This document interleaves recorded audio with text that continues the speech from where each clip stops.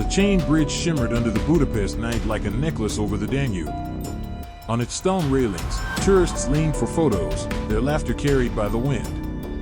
Among them was Ethan Cole, a 26-year-old filmmaker from Portland, Oregon, backpack slung, camera clipped to his chest, capturing the city's glow. Hovering a few hundred meters away, a drone filmed the same view, a hobbyist's device piloted by Laszlo, a retired Hungarian engineer testing his new 4K model.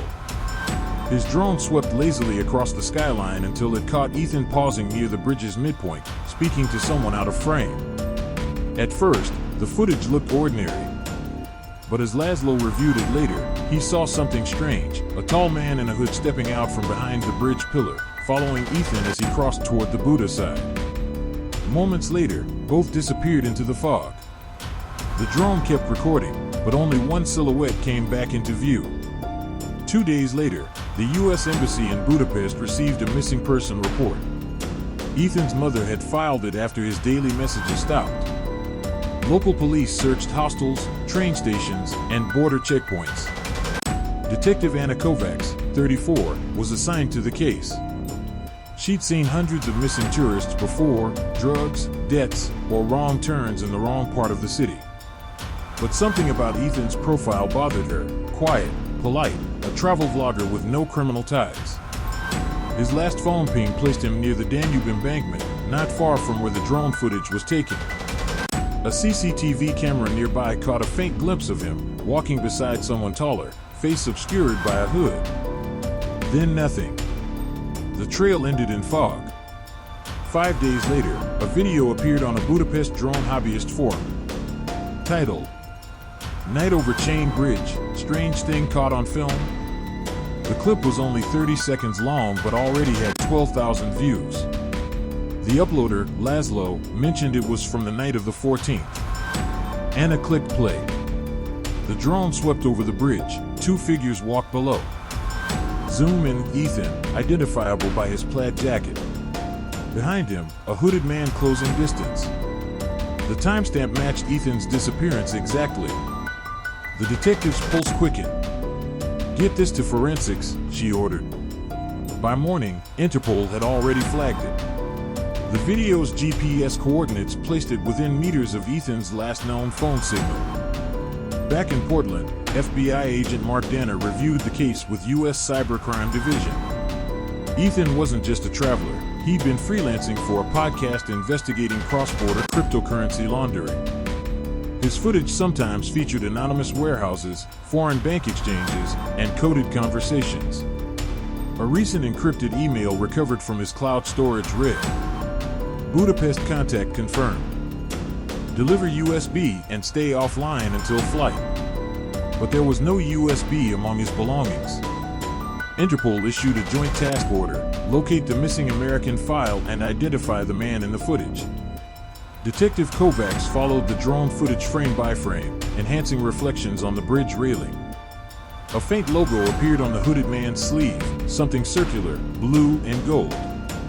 Cross-referencing local security firms revealed one match: Argon Secure, a private protection outfit recently under investigation for smuggling encrypted drives out of the EU.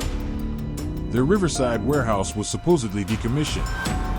At 2 a.m., Anna and her partner raided it. Inside, the air reeked of oil and damp steel. Rows of crates bore U.S. Customs tags. In a side room, they found a burnt laptop, a drone battery, and a passport case melted by fire, Ethan's initials etched faintly on the zipper. But on a dusty shelf, wrapped in cloth, sat a small black USB drive. It's labeled EC_chain footage_backup. Interpol's lab decrypted the USB.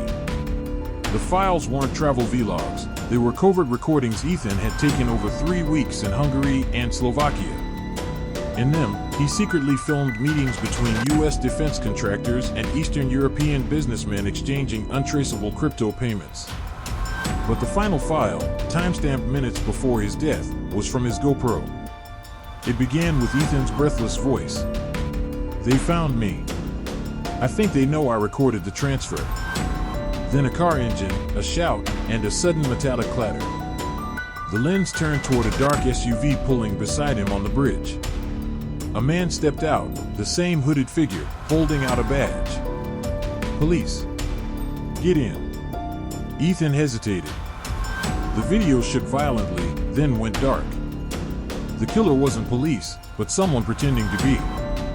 Interpol traced Argonne Secure's funding trail and discovered half its transactions were routed through a Delaware shell company. A U.S. link, Danner's jurisdiction. As the case widened, FBI raids uncovered Argonne's American branch in Los Angeles. There, they found vehicles matching the one from the Budapest footage, along with multiple passports and burner phones. One file on the seized server matched Ethan's footage metadata, proof that someone in the U.S. side had ordered surveillance on him. The killer's name finally surfaced: Nicholas Trent, a dual citizen and former private intelligence operative. He'd crossed into Hungary under a false security clearance to retrieve the USB Ethan had stolen, evidence tying a defense contract kickback scheme to high-ranking officials. Months later, a court in The Hague streamed the evidence worldwide. On the screen, the drone footage played again, the last 30 seconds of Ethan Cole alive, the hooded man following in silence. Anna Kovacs testified first. "He filmed the truth," she said. "They killed him for it." Then the drone operator, Laszlo, stood trembling. "I only wanted a night shot," he whispered. "But my drone saw the world's secret." Nicholas Trent was convicted of murder and espionage. Argonne Secure was dismantled, and the drone video, uploaded under court order, became one of the most viewed true crime clips of 2025, surpassing 200 million views across platforms. In Portland, Ethan's mother received his belongings, a repaired GoPro, his notebook, and a folded map with one handwritten note. "Truth looks different from above." As she stood on the Oregon coast, she launched Ethan's old drone into the wind. Its camera blinked red, rising higher and higher until it was just another quiet watcher among clouds.